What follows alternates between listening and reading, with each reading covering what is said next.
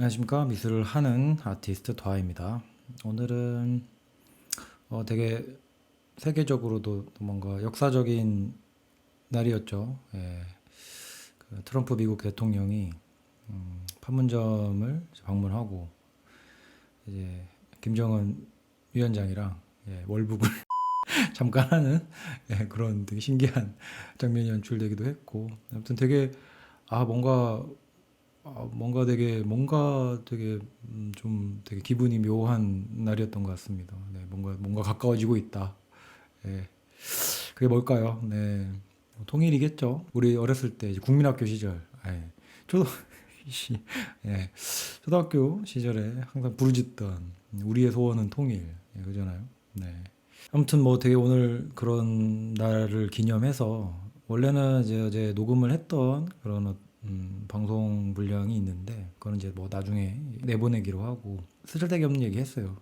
쓰잘데기 없는 얘기 해가지고 오늘은 그 어떤 통일이 가까워지니까 그런 생각이 드는 거야. 그럼 통일이 되면 도대체 우리 미술계가 어떤 변화가 올까라는 그런 생각을 좀 해보게 됐어요. 그래서 한번 조금 그 통일이 된 후에 우리나라 미술계에 대한 어떤 변화가 있을지에 대한 얘기를 한번 해보도록 하겠습니다.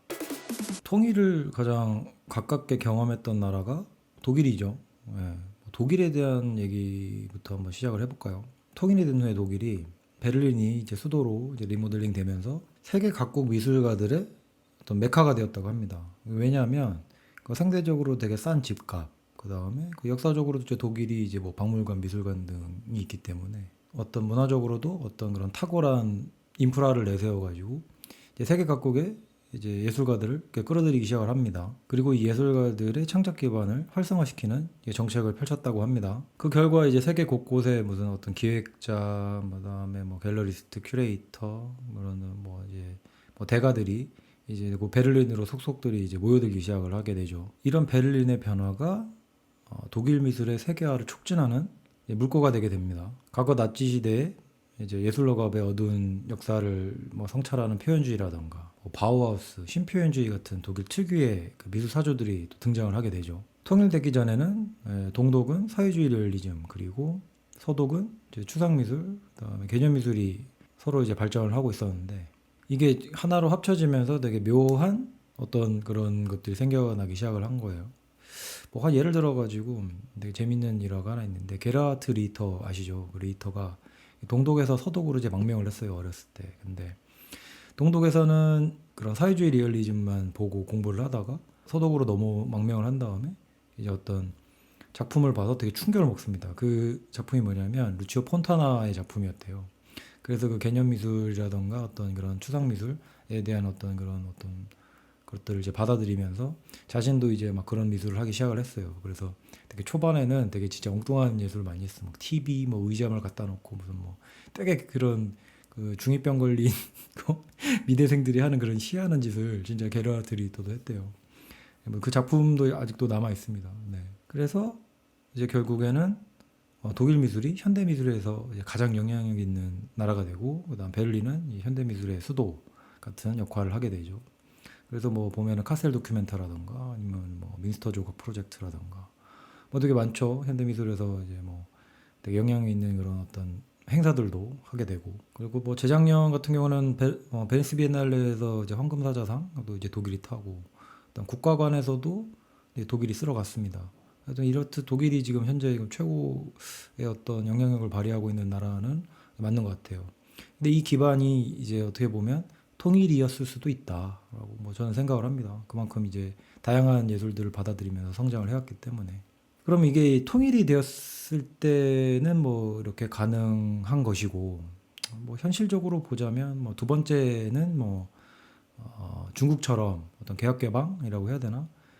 그런 어떤 그런 북한이 그런 식의 테크트리를 탔을 때의 경우도 있겠죠. 그럼 중국 미술에 대해서 한번 좀 알아볼게요. 중국이 뭐 정확히는 중화인민공화국이라고 해야겠죠. 중화인민공화국이 건국이 된 게 1949년 이후에 이제 중국 미술이 인민 대중문화를 이제 선전하기 위한 도구로 활용이 됐습니다. 이러한 사회 풍조가 개혁 개방이 있었던 1978년까지 중국의 미술 형식과 내용에 지대한 영향을 끼칩니다. 마오쩌둥의 문화 대혁명기 시절의 어린 시절을 보냈던 그 중국 현대 미술가들이 마오쩌둥 사후에 되게 활발한 활동기를 가지기 시작을 합니다. 이들이 이제 어린 시절에 겪었던 이런 환경이랑 이제 개혁 개방을 통해서 이렇게 시대적으로 엄청 달라진 이제 시대적 환경을 같이 경험을 하고 공존을 한 작가들이잖아요. 이런 거를 관찰을 하면서 중요하죠. 관찰입니다. 관찰을 하면서 그 중국의 역사에 대한 자의식이라던가 어떤 전통에 대한 문제 제기를 하기 시작을 합니다. 특히 이 개방 정책과 이제 세계 자본주의라던가 세계 미술 시장이라던가 이런 것들이 되게 그 중국이라는 그 보수적인 동네 풍토에도 불구하고 중국 현대 미술가들에게 아주 다이나믹한 환경을 제공하게 됩니다. 20세기 전반에 뭐 항일운동이라던가 뭐 내전이라던가 이런 것들을 겪으면서 중국이라는 나라가 문화적인 공백기를 갖게 되잖아요. 근데 이게 되게 좀 타격이 크죠, 중국은. 근데 이제 그거를 이제 벗어나서 20세기 후반에 들어서면서 개혁 개방이라는 걸 통해서 서서히 이제 문화적으로 성장할 수 있는 도약기를 마련하게 됩니다. 특히 중국 미술은 되게 그게 엄청 급진적으로 따라오게 되죠. 이 마오쩌둥이 집권했던 후반기랑 이제 서구 미술이랑 이게 단절이 된 상태였다가 갑자기 이제 뭐 서구의 모더니즘, 뭐 사회주의 리얼리즘, 뭐 포스트 모더니즘 이런 것들이 갑자기 급진적으로 짬뽕이 되기 시작을 한 거예요. 중국 미술에. 이게 되게 다양한 형태랑 전통주의가 이제 공존하는 형태로 이제 발전을 하기 시작을 합니다. 중국 미술이. 그래서 그런 결합들이 되게 중국 미술, 현대 미술의 되게 실험적인 작품들로 되게 재탄생하게 됩니다. 이게 바로 이제 중국 현대 미술이 이제 르네상스 부흥기가 온 시기였죠. 자, 여기까지가 이제 뭐 두 나라의 어떤 예를 한번 들어봤는데 어떻게 보면 우리나라 상황이랑 빗대어서 조금 비교를 해볼 수 있을 것 같아요. 그러니까 약간 미래를 점쳐본다라고 하면 좀 웃기긴 한데 뭐 비슷한 상황이 생기겠죠. 뭐 사람이 뭐 별거 있어요. 뭐 아마 뭐 크게 다르진 않을 겁니다.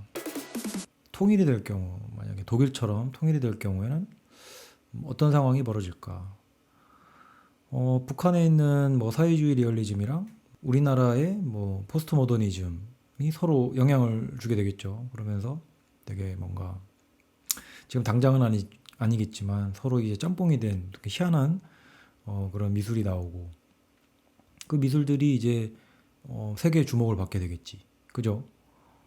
그러면서 어떤 철학, 뭐 이데올로기, 어떤 새로운 사조가 나올 수도 있고, 뭐 새로운 사조가 나올 수 있을까는 모르겠지만, 정확히는 모르겠지만, 아무튼 어떤 새로운 것들이 나오게 될 겁니다. 그러면은 서울이라든가 특히 평양 같은 경우는 상대적으로 이제 집값이 좀 쌀 거 아니에요. 그러면은 뭐 정책을 잘해야겠지만, 그 통일된 우리나라가 정책을 잘해야겠지만, 평양에 뭐 미술 어떤 메카가 될 수도 있는 거예요. 상대적으로 집값이 싸고, 그 다음에 거기 미술관, 박물관 없겠어요? 그런 것들이 이제 뭐 영향을 받게 되면서 그 베를린이 했던 것처럼 그런 뭐 성장 정책을 해서 문화예술을 키운다. 이렇게 되면은 와, 그러면 동아시아가 이제 세계 미술의 중심이 될 수 있다. 이게 중국도 있고 그잖아요. 그러면 새로운 미술들이 이제 그런 뭐 서울이나 평양에서 나오게 되고 한국에서 나오고 통일이 되면 어쨌든 간에 굉장히 좋은 세상의 이목을 집중시킬 특히 미술계도 그렇고 뭐 다 집중이 되겠지. 서로 막 신나갖고 난린데 막 무슨 뭐 러시아는 무슨 뭐 가스관을 놓네 철도를 놓네부터 시작해서 막 흥분해가지고 막 뉴스에 나오고 그랬죠. 중국도 별 지랄 생쇼를 하고 있고 그만큼 세계적으로 지금 집중이 되고 있는데 문화예술 특히 뭐 미술이라고 집중이 안 되겠습니까? 똑같을 겁니다. 어떻게든 그걸 돈으로 환산을 하려고 난리 브루스들을 칠 거예요. 아무튼 통일이 되면 뭐 그런 쪽으로도 특히 뭐 산업만이 아니라 정말 문화 산업으로도 굉장한 발전을 이루게 될 겁니다. 그리고 뭐 두 번째 예를 들어서 뭐 중국처럼 통일까지는 아니지만 중국처럼 뭐 문호 개방, 뭐 개혁 개방을 한다. 중국처럼 되게 자유롭게 드나들게 될 거 아니에요. 그러면은 이제 중국의 중국이 아니라 북한에 있는 어떤 미술가들의 어떤 그런 사회주의 리얼리즘이라던가 그리고 뭐 그 북한에서 이제 활동했던 미술가들이 뭐 한국이나 근데 와서 이렇게 느꼈던 충격이라던가 이런 것들을 그림으로도 표현을 하기 시작을 할 거고 우리나라도 이제 뭐 북한의 미술의 영향을 받아서 어떤 새로운 표현을 하기 시작을 할 거고 그런 개방만 돼도 그런 영향이 분명 갈 겁니다. 그리고 이제 뭐 개혁 개방이 되면 북한에서도 이 신흥 부자들이 나오겠죠. 그런 부자들이 가만히 있겠어요? 중국처럼 똑같이 할 거예요, 아마. 그 뭐 세계에 있는 또 미술가들, 뭐 예술가들이 그 북한으로 막 모여들지 않을까? 뭐 중국도 그렇잖아요. 외국 애들도 많이 살고 그러잖아. 뭐 외국 작가들 와서 막 조금 약간 더 조금 뭐 폐쇄적이거나 뭐 제한적이거나 그런 게 있겠지만 그래도 확실히 많은 예술가들이 되게 관심을 가져야 할 겁니다. 정말 달 날아가는 것처럼 관심을 가져야 할 거예요. 이렇게 이제 남북 간의 미술 교류가 또 활발해지고 서로 이제 기획 전시도 하고 아무튼 뭐 갤러리들은 뭐 아마 신이 날 거예요. 특히 그쪽은 계약 개방을 한다 그래도 완전한 자본주의가 아니기 때문에 뭐 그림을 팔는다던가 어떤 그런 걸 하려면 특히 그 서울 우리나라로 많이 아마 넘어올 수도 있을 거예요. 그래서 아마 되게 세계에서 많은 컬렉터들이 관심을 가질 겁니다. 왜냐면 새로운 게 나왔거든. 전 세계 미술이 지금 약간 어떻게 보면 조금 침체기라고 볼 수도 있어요. 새로운 게 아직 안 나오고 있거든요. 근데 이제 좀 유일하게 지금 좀 되게 폐쇄적인 국가인 이제 북한이라는 나라가 개방을 하면서 거기서 나왔던 이제 문화적인 어떤 그런 것들을 되게 사람들이 관심을 가져 할 겁니다. 새로운 게 나오니까. 그렇게 되면은 이제 우리나라의 미술품 거래도 되게 활발해지고 그럼 북한 미술이라던가 우리나라 미술 당연히 우리나라는 이제 분단되었던 국가였으니까 우리나라 미술계도 당연히 조명을 받을 겁니다. 영향력이 없을 수가 없어요. 현재 이제 세계에서 우리나라 미술계 입지는 되게 미미합니다. 되게 뭐 솔직히 한국 미술이 뭐 대형 작가 몇몇 빼고는 솔직히 뭐 있나요? 없잖아요. 근데 이제 통일이라던가 아니면은 북한의 뭔가 개혁 개방을 통한 그 문화적 교류라던가 어떤 그런 것이 이제 뭐 우리나라 미술이 세계에 먹히게 되는 아마 계기가 만들어질 거라고 생각을 합니다. 이게 그 르네상스가 오는 거지 우리나라 미술계도. 제 내피셜입니다만은 그러길 좀 바라고 있죠. 가자! 아무튼 좋은 계기가 될 것이다. 뭐 평화, 그다음에 어떤 이데올로기, 뭐 사회주의, 또 그런 것도 있잖아요. 그 자본주의랑 이제 민주주의에 사는 돈 많은 사람들이 되게 궁금해하는 것들에 대한 어떤 그런 새로운 것들이 쏟아져 나올 테니까. 하여간 뭐 통일되면 저기 지금 감옥에 계신 누구 말처럼 정말 통일은 대박이다. 그렇게 생각을 합니다. 네. 자, 오늘은 뭐 짧게 어떤 뭐 트럼프 방한 기념이라고 해야 되나? 그래서 얘기를 좀 해봤는데 좀 잘 됐으면 좋겠습니다. 이게 되게 중요한 거예요. 뭐 건설업이라던가 아니면 통일이 되면 뭐 철도를 논다던가 뭐 가스관이 뭐 통과된다던가 그다음 우리가 자동차 타고 기차 타고 유럽을 갈 수 있다.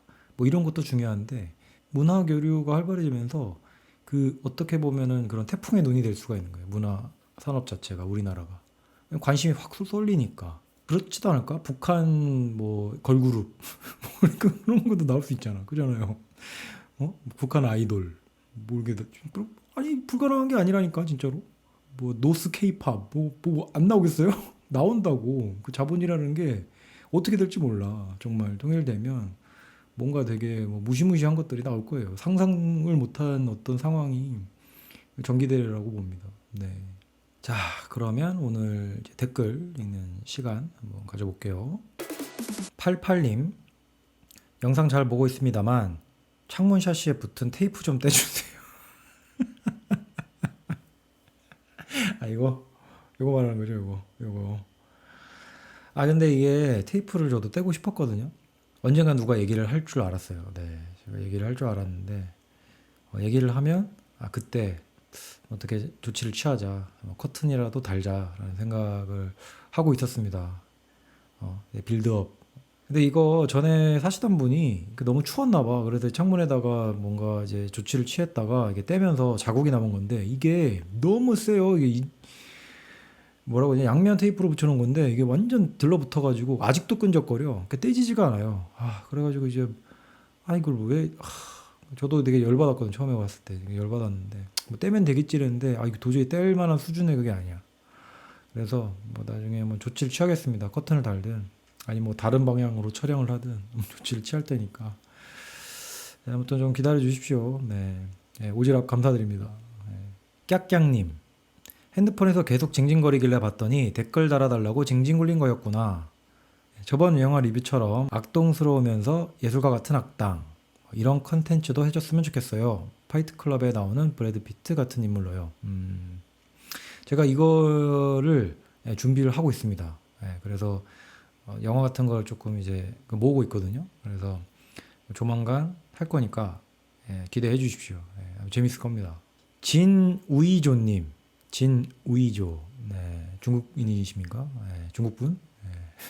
오디오로 듣다가 처음 유튜브로 보네요. 어디선가 많이 본 것 같은데 생각났어요. 수염 기르고 살찐 이승철. 아니 근데 이승철은 원래 수염이 있고 살이 쪄 있지 않아요? 근데 수염 기르고 살찐 이승철은 뭐야? 씨. 어? 아이. 재영님, 안녕하세요. 팟캐 때부터 애청하던 팬입니다. 저는 혼자 그림을 그리는 아마추어입니다. 다른 도구는 쓸 줄도 모르고 쓸 용기도 없어서 만날 종이에 펜으로만 그립니다. 그림 스타일도 일러스트에 가까운 것 같아요. 원래 페북 인스타를 시작하면서 다른 여러 젊은 작가분들과 소통하게 됐는데 기초를 닦아야 한다는 조언을 많이 들었습니다. 그런 표현을 좀 더 자유롭고 풍성하게 할 수 있다고 하면서요. 이 영상에서 다님은 관찰이 중요하다고 하셨지만 또 다른 한 가지인 표현도 역시 똑같이 중요하지 않나요? 저는 표현을 좀 더 다양하고 잘하기 위해서 기초를 배워야 할지 고민입니다. 네. 표현도 당연히 중요합니다. 표현도 굉장히 당연히 중요한데 제가 말한 관찰이 중요하다고 한 거는 어느 정도 이제 표현이 되는 작가들한테 얘기를 한 거예요. 그 작가들 기준으로. 그러니까 이제 기초가 돼 있는 작가들, 그러니까 드로잉 뭐 어떤 것들이 다 기반이 돼 있는 작가들이 한테 이제 관찰이 중요하다고 얘기를 한 건데 당연히 내가 아마추어고 당연히 내가 그림을 아직 잘 못 그리면 당연히 기초를 해야죠. 가장 기초적인 데생부터 한번 해보세요. 이게 뭐 내가 표현할 수 있을 만큼 상상을 합니다. 인간은 표현을 많이 해봐라. 일단은 기초를 많이 닦고 표현을 많이 해보고 많이 그려보고 그 이후에 이제 내 작품이 정말 그냥 보고 그리는 것만이 전부가 아니잖아요. 현대미술이라는 게 뭐 개념을 넣어야 되고 어떤 내러티브가 있어야 되고 그러려면 어떻게 하겠어요. 그때부터 이제 관찰이 필요한 거죠. 그게 되게 중요한 거예요. 표현이 되는데 뭘 표현을 해야 될까? 그건 근데 관찰이 들어가야 되는 거예요. 그때. 그래서 제가 관찰이 중요하다고 한 겁니다. 아무튼 뭐 댓글까지 다 읽었습니다. 오늘 방송이 조금 좀 급하게 해가지고 오늘 좀 늦게 나갈 수도 있을 것 같아. 월요일날 원래 일요일날 저녁에 올리려고 어제 촬영을 해놨는데 갑자기 오늘 되게 중요한 전 세계적으로 중요한 사건이 딱 터지는 바람에 한번 오늘 밖에서 그냥 산책도 하고 뭐 그러면서 좀 곰곰이 생각을 해보다가 뭐 이 방송 하면 좀 재밌겠다 싶어서 한번 준비해봤습니다. 뭐 좋아요, 구독, 뭐 댓글 환영합니다. 특히 댓글 많이 환영하니까 댓글 많이 달아주세요. 그럼 오늘 방송 마치도록 하겠습니다. 오늘 방송 끝!